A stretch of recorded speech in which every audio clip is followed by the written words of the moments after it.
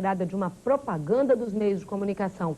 Depois de receber várias reclamações da população, os promotores resolveram investigar e chegaram à conclusão de que a publicidade sugere exploração sexual de menor. Um homem e uma criança sentados, abraçados e vestidos somente com cuecas. Uma campanha publicitária de uma marca de peças íntimas masculinas. A ideia é mostrar que sensualidade não tem idade. Se levar em consideração o relacionamento pai e filho, eu vejo com simplicidade.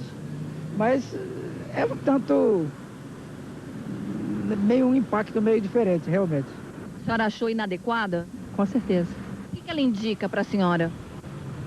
Ela indica que está muito cedo para despertar a sexualidade ainda na criança. Normal para mim. A senhora não tem nenhuma conotação.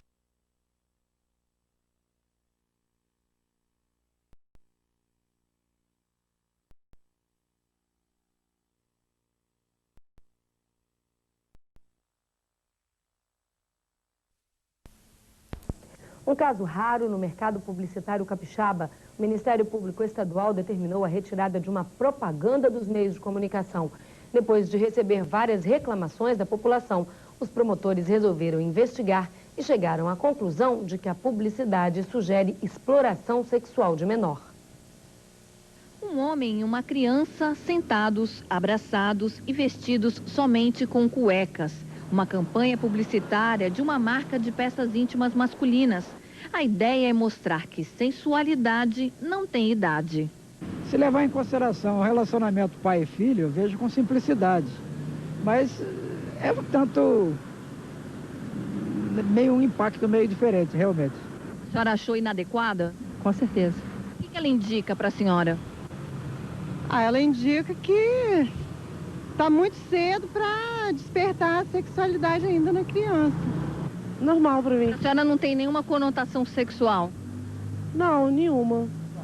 Não é o que pensa o promotor da infância e da juventude. A propaganda, segundo ele, contraria o esforço da sociedade para acabar com a exploração sexual de crianças e adolescentes.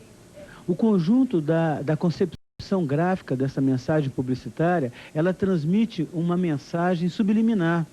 Tanto da posição da criança, do olhar da criança, a forma como a criança está postada no colo do homem, quanto a mensagem que vem exatamente culminar com esse entendimento. Sensualidade não tem idade. Isso é um absurdo, é um despropósito, na verdade foi extremamente infeliz. Nós imaginamos que os pais dessa criança não tivessem a ideia da dimensão e dos danos que isso poderia causar à imagem dessa própria criança e das crianças em geral. Talvez não fosse essa a intenção da agência, né, e dos publicitários que criaram essa peça publicitária. Mas, sem dúvida alguma, eles estão em dívida com a sociedade e merecem uma reparação.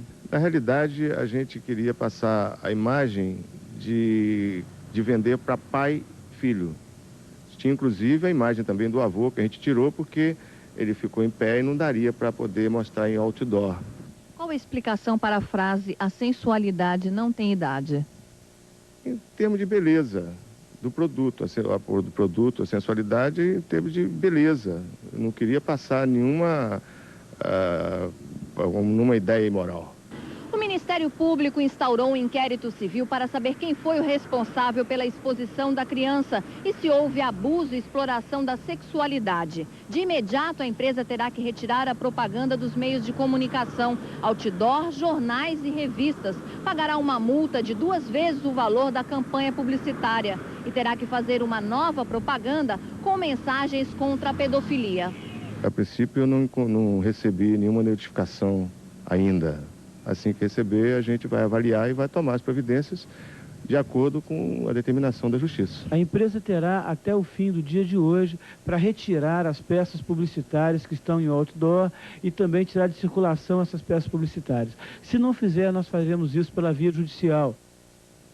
O STV primeira edição de hoje termina aqui. Boa tarde para você. Uma boa tarde, até amanhã.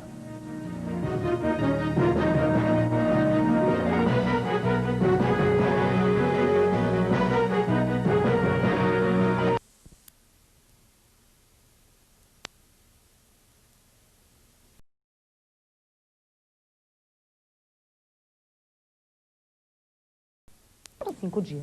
Superlotação em delegacias, uma situação que põe em xeque a justiça do Estado. Na noite de ontem, os policiais de uma delegacia da Serra tomaram uma atitude extrema. Havia 31 presos para uma cela com capacidade para abrigar 2. Um grupo passou a noite algemado fora da cela. O DPJ de Laranjeiras aparenta uma tranquilidade só do lado de fora, porque lá dentro, 23 presos foram colocados no pátio, algemados 2 a 2, vigiados por 2 policiais. O local não oferece segurança, não há grade no teto. Esta decisão foi tomada porque na única cela do DPJ, o que se vê é a superlotação.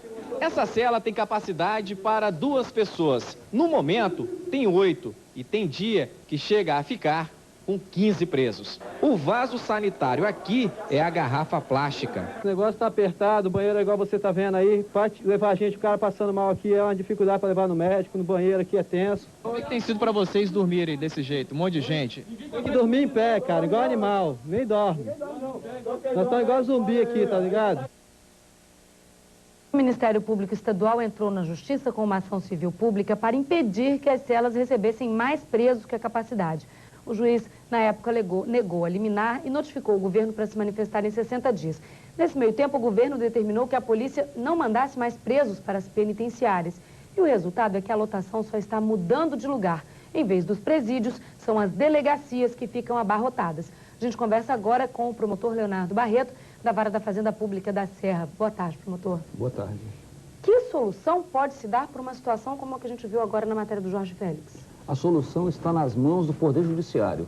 O Ministério Público, preocupado com essa situação, que cada dia piora ao longo dos últimos 10, 12 anos, ingressou com uma ação civil pública pedindo para que a lei seja cumprida, ou seja, para que coloque apenas um preso a cada 6 metros quadrados. A lei de execução penal é de 84 e o Estado ainda, ao longo desse tempo todo, não se adequou, não está cumprindo a lei.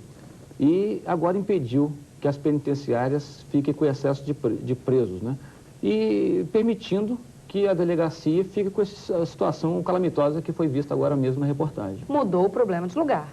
Só trocou o problema de lugar e não apresentou nenhuma solução. Nós já pedimos uma tutela antecipada inibitória nessa ação. O juiz, na realidade, ele não negou, nem deferiu. Nós recorremos ao tribunal, que por sua vez também pediu as informações. Enquanto isso, o preso continua sem a menor dignidade, sem qualquer condição humana de permanecer no cárcere. Quando o senhor fala que o governo, que a lei, vocês obrigam que o governo, a cumprir a lei, é para que seja construído o presídio. Eles não cumprem a lei, não constroem presídio, quer dizer, você finge que obriga, eu finge que construo e continua a situação da mesma maneira. Edu, eu não posso, na minha opinião, ajuizar uma ação obrigando o governo a construir presídio, porque é um poder discricionário do administrador público. Agora eu posso obrigá-lo sim a cumprir a lei, entendeu? Então eu acho assim, me causa estranheza, inclusive, quando o próprio Ministério da Justiça, através do governo federal, envia verbas para que o governo estadual construa cadeias públicas, penitenciárias, em desacordo com a lei de execução penal, que determina desde 1984 que tem a cela individual com no mínimo 6 metros quadrados e com condições de higiene e de saúde. O senhor está dizendo que as novas penitenciárias que serão construídas também estão em desacordo com essa lei? Pelo que eu tenho conhecimento, sim. As que foram construídas, as que estão sendo construídas e as futuras. Diálogo, conversa, acordo, vocês têm travado esse tipo de relação com o governo nesse sentido? O Ministério Público, ele travou diálogo, conversou democraticamente ao longo desses últimos 12 anos. E essa situação não mudou. Nós chegamos a assinar até um termo de compromisso com o governo Vitor Buarque e que não mudou nada essa situação. Então nós partimos para a ação judicial porque o Ministério Público, na defesa dos interesses do difuso e coletivo, achou por bem recorrer ao Poder Judiciário para que se faça cumprir a lei. Tem alguma expectativa dessa decisão do tribunal? Olha, o juiz que estava lá na Vara da Fazenda Pública foi removido. Agora nós temos um novo juiz, fizemos um novo pedido, mostrando essa situação caótica e essa ordem para que só ocupe a penitenciária na medida em que há surgimento de vagas. Então eu acho que o problema tem que ser no mínimo dividido entre as penitenciárias e delegacias. Não pode, por exemplo, o policial civil virar babá de preso, ficar 24 horas por dia tomando conta de preso, enquanto isso milhares de inquéritos se amontoam nas delegacias sem que se descubra a autoria e sem que se comprove a materialidade dos crimes. Nós somos a cidade mais violenta do país, a capital mais violenta do país, e precisamos de uma solução urgente. Promotor Leonardo Barreto, muito obrigada pelas informações aqui ao OS-TV, primeira edição, falando sobre a situação difícil dos presídios. Situação difícil também na saúde, nós mostramos hoje, e a situação dos presos, que a lei não é cumprida no Estado, né? A lei de 1984. 84, não é nenhuma novidade. Muito obrigado. A morte do juiz Alexandre Martins Filho. A Justiça ouve novamente os acusados de envolvimento no assassinato, dessa vez por outro crime, formação de quadrilha. O interrogatório aconteceu no Fórum de Vila Velha. Os indiciados chegaram escoltados pela Polícia Civil. O primeiro a entrar no fórum pelo portão lateral foi Fernando de Oliveira Reis, o Fernando Cabeção, suspeito de tráfico. Em seguida entrou Odeci Martins da Silva Júnior, o Lumbrigão, acusado da execução do juiz Alexandre Martins Filho. Poucos minutos depois chegaram de Camburão Leandro Celestino dos Santos, Giliardi Ferreira e André Luiz Barbosa, também acusados de participar da execução do juiz. Eles entraram pela porta principal do fórum. A imprensa não pôde acompanhar, ficou do lado de fora. Os 4 acusados estão sendo interrogados novamente porque, com o aditamento feito pelo Ministério Público, eles foram denunciados por outro crime, o de formação de quadrilha. O novo interrogatório é para que eles possam se defender da nova denúncia. O aditamento do Ministério Público foi feito para incluir na denúncia os sargentos da Polícia Militar, Ranilson Alves da Silva e Heber Valêncio, e também o suspeito de tráfico, Fernando Cabeção. Fernando não chegou a prestar depoimento. Foi liberado porque o prazo de defesa dele, segundo a advogada, ainda estava em vigor. O OS-TV, primeira edição de hoje.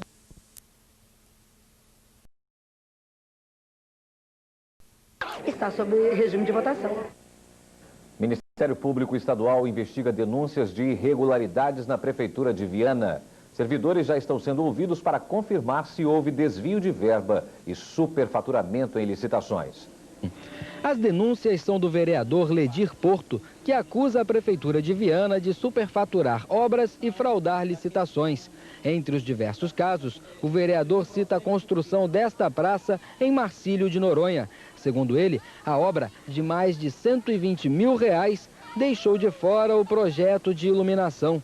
Agora, para concluir a praça, a Prefeitura abriu um novo processo de compra para o sistema de iluminação, no valor de R$64 mil.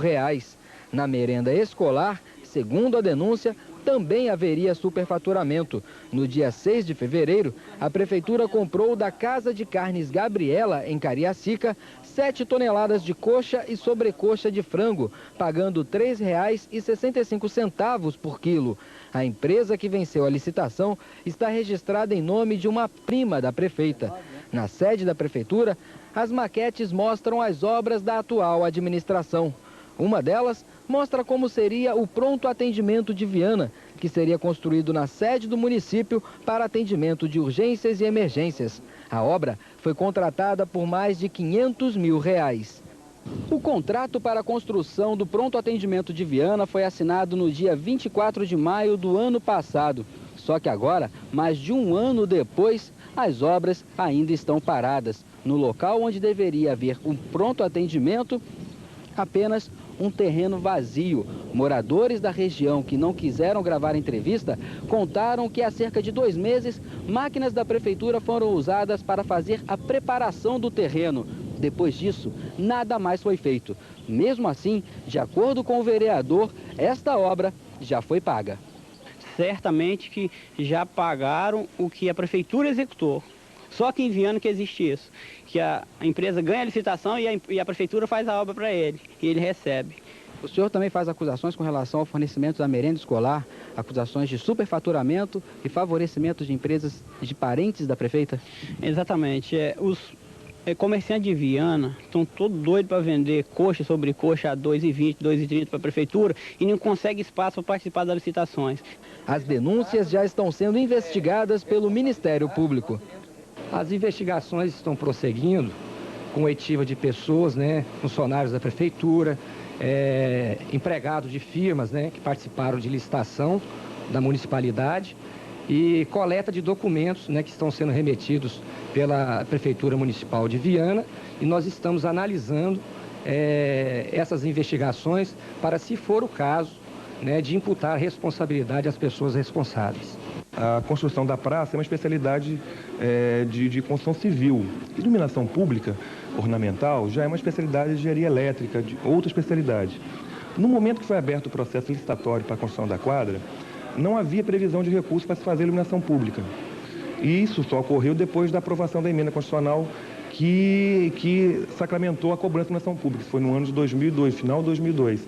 Então foram abertos dois processos distintos. Com relação às denúncias do pronto atendimento, por que essas obras ainda não começaram? Foi dada a ordem de serviço, a empresa se mobilizou, fez os projetos executivos e fez uma análise de sondagem, que isso era objeto do contrato. Nessa sondagem, a gente viu a necessidade de se fazer uma fundação indireta, que não era previsto no contrato inicial. Isso geraria um custo a mais para a prefeitura. Então, por medida administrativa, nós fizemos uma ordem de paralisação e fomos fazer os estudos técnicos para verificar quanto que ficaria, qual seria esse montante, e nós chegamos a essa conclusão que era em torno de R$80 mil, R$82 mil. Com relação à compra de frango para a merenda escolar, o secretário disse que houve licitação e a empresa contratada oferecia o melhor preço. Ele esclarece que os custos com distribuição do produto às escolas também está incluído no preço do quilo do frango. Candidatos vão poder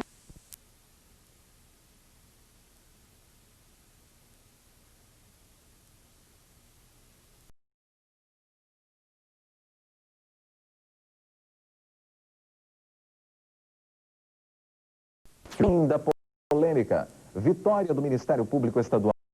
Uma propaganda de cueca considerada inadequada pela Promotoria da Infância e Juventude vai ser retirada das ruas da cidade. Na opinião dos promotores, a propaganda sugeria exploração sexual infantil. A decisão vale para 8 capitais onde a campanha estava tendo divulgação. O repórter André Junqueira tem os detalhes. Ficou acertado que a propaganda da marca de cuecas vai ser retirada dos outdoors espalhados pela cidade até amanhã. A empresa dona da marca e a agência de publicidade firmaram um termo de ajuste de conduta com o Ministério Público, que considerou a propaganda inadequada, ofensiva a crianças e adolescentes. Trata-se de uma foto de um adulto e uma criança com a seguinte frase: a sensualidade não tem idade. O Ministério Público não gostou. As empresas responsáveis se comprometeram, inclusive, a usar o espaço reservado nos meios de comunicação com outro tipo de propaganda. Uma nova campanha feita em parceria com o Ministério Público, só que desta vez contra a exploração sexual de crianças e adolescentes. Lembrando que é um termo de ajuste de conduta. Se as empresas não cumprirem com o compromisso, podem ser multadas em até R$20 mil por cada outdoor que permanecer nas ruas. É uma situação que atinge 8 capitais brasileiras. Vale para as 8 capitais. Secretaria Estadual.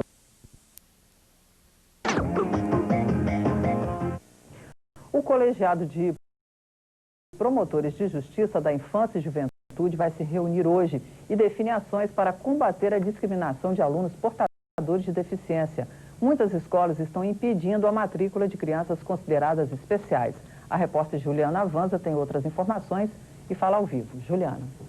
Marisa, um caso de discriminação contra um adolescente chocou os promotores e eles decidiram definir ações para combater a discriminação contra os portadores de deficiência. A gente conversa agora com a promotora Patrícia Calmon. As escolas ou nenhuma escola pode negar uma matrícula de um portador de deficiência? Na verdade, a questão é complexa, né, e o Ministério Público tem consciência das resistências que vai encontrar, das dificuldades que vai encontrar. Mas o paradigma é o seguinte: a Constituição Federal assegura a todas as crianças o direito à educação. Isso implica em que essas crianças têm esse direito e as escolas têm o dever de atendê-las. A forma da adequação desse atendimento, a gente vai avaliar em cada caso concreto. É por isso a reunião de hoje. A nossa ideia hoje é traçar estratégias de enfrentamento a cada caso concreto. Mas a meta do Ministério Público é que, a curto ou médio prazo, a gente tenha todas as escolas do Estado do Espírito Santo, públicas e privadas, devidamente adequadas e receptivas a esse público, a essa população. Qual a resistência das escolas? É com relação ao custo desse aluno? Acreditamos que sim, né? Há uma resistência também cultural, eu acredito, que tem que ser enfrentada, né? A discriminação é uma realidade. Então, nós temos que enfrentar esses aspectos discriminatórios com ações positivas. Essas crianças efetivamente têm que ser inseridas na escola e não inseridas como crianças especiais em separado. Elas têm que ser integradas a essa escola. E esse é o desafio. Não só exigir a matrícula, impor a matrícula, mas que esse atendimento seja feito de forma integrada e que essas crianças efetivamente tenham o seu direito assegurado. O Ministério Público já sabe como fazer isso, como as escolas podem integrar esse aluno também, sem prejudicar os outros alunos que não precisam de uma atenção especial? Esse é o desafio, né? Essa questão não inclui aspectos somente jurídicos, ela implica em aspectos pedagógicos, sociais e psicológicos, e na verdade o que nós queremos é não só, como eu te disse, não só impor essa criança à comunidade escolar, que vai se transformar num ambiente hostil à convivência dessa criança. Nós queremos é que essa escola receba essa criança de braços abertos. E para isso é preciso um envolvimento pedagógico, é preciso um investimento da escola em materiais pedagógicos adequados, em capacitação de seus profissionais para esse atendimento. Quer dizer, tudo isso tem que ser discutido. A ideia do Ministério Público é efetivamente trazer luz para esse problema. Alguns casos concretos são de fácil resolução, algumas deficiências são facilmente integráveis, outras já exigem uma especialização, um investimento maior da escola. Então, em cada caso concreto, a gente vai discutir as condições de integração. Mas a nossa meta é que toda criança seja integrada, porque é direito de toda escola ter acesso à educação. Muito obrigada pelas informações. Voltamos com Abra e Marisa. A reunião do colegiado de promotores para discutir a situação das crianças especiais começa às 2 da tarde na sede do Ministério Público. E é hora do esporte, Jorge.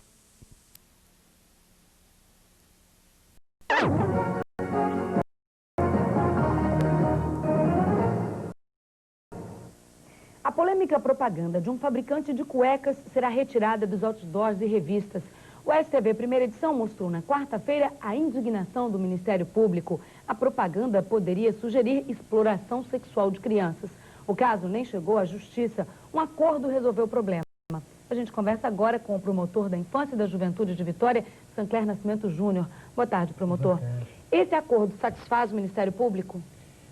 Efetivamente, o dano causado ele é de difícil reparação, mas ele traz para a gente alguma compensação e que a gente pensa que a partir daí sirva de exemplo para que se evitem novas posturas dessa natureza. Danos causados quais? Com relação à criança? Com relação não só à criança especificamente considerada, mas a todo o esforço que a comunidade vem fazendo, que a nação vem fazendo no intuito de combater a exploração da sexualidade infanto-juvenil. Independentemente da vontade de quem teve a concepção da peça publicitária, ela tem uma forte carga erótica, absolutamente desproporcional à natureza social do meio de comunicação utilizado.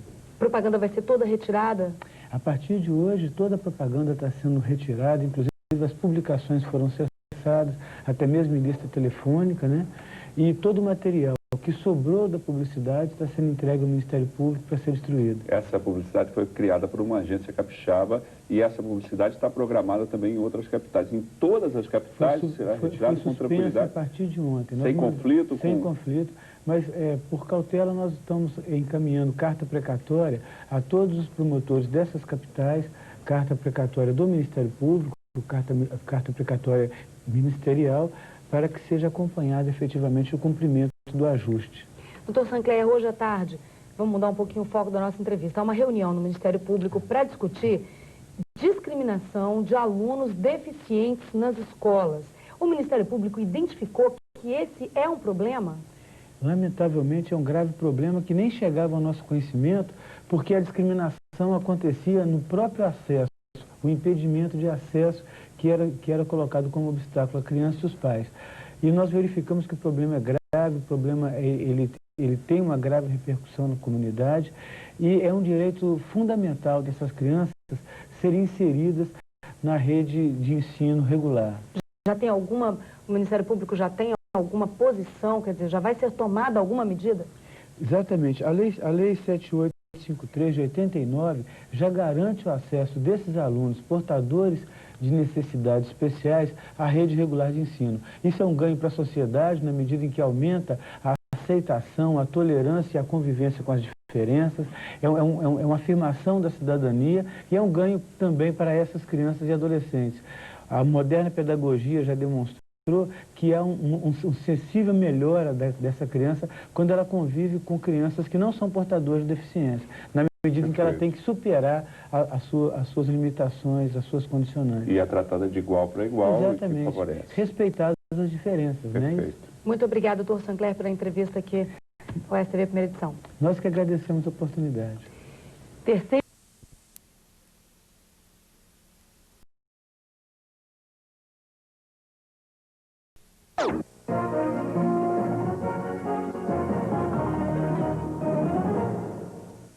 Juiz manda prender promotor. O juiz da Vara da Infância e Juventude de Vitória, Paulo Lupe, exigiu da polícia a prisão do promotor da mesma vara, Sancler Júnior. O motivo: usurpação do poder público. Paulo Lupe descobriu que o promotor tomou uma decisão que só caberia a ele como juiz. Foi ontem à noite. Tudo começou quando o Tribunal de Justiça concedeu uma liminar, suspendendo a intervenção do ICAIS, Instituto da Criança e do Adolescente. Mas antes da liminar ser entregue ao juiz da Vara da Infância, o promotor Sancler, acompanhado de um assessor da Secretaria de Justiça, resolveu ele mesmo dar um despacho, dando fim à intervenção. O juiz Paulo Lupe tomou conhecimento dos fatos e deu ordem à polícia para prender os dois.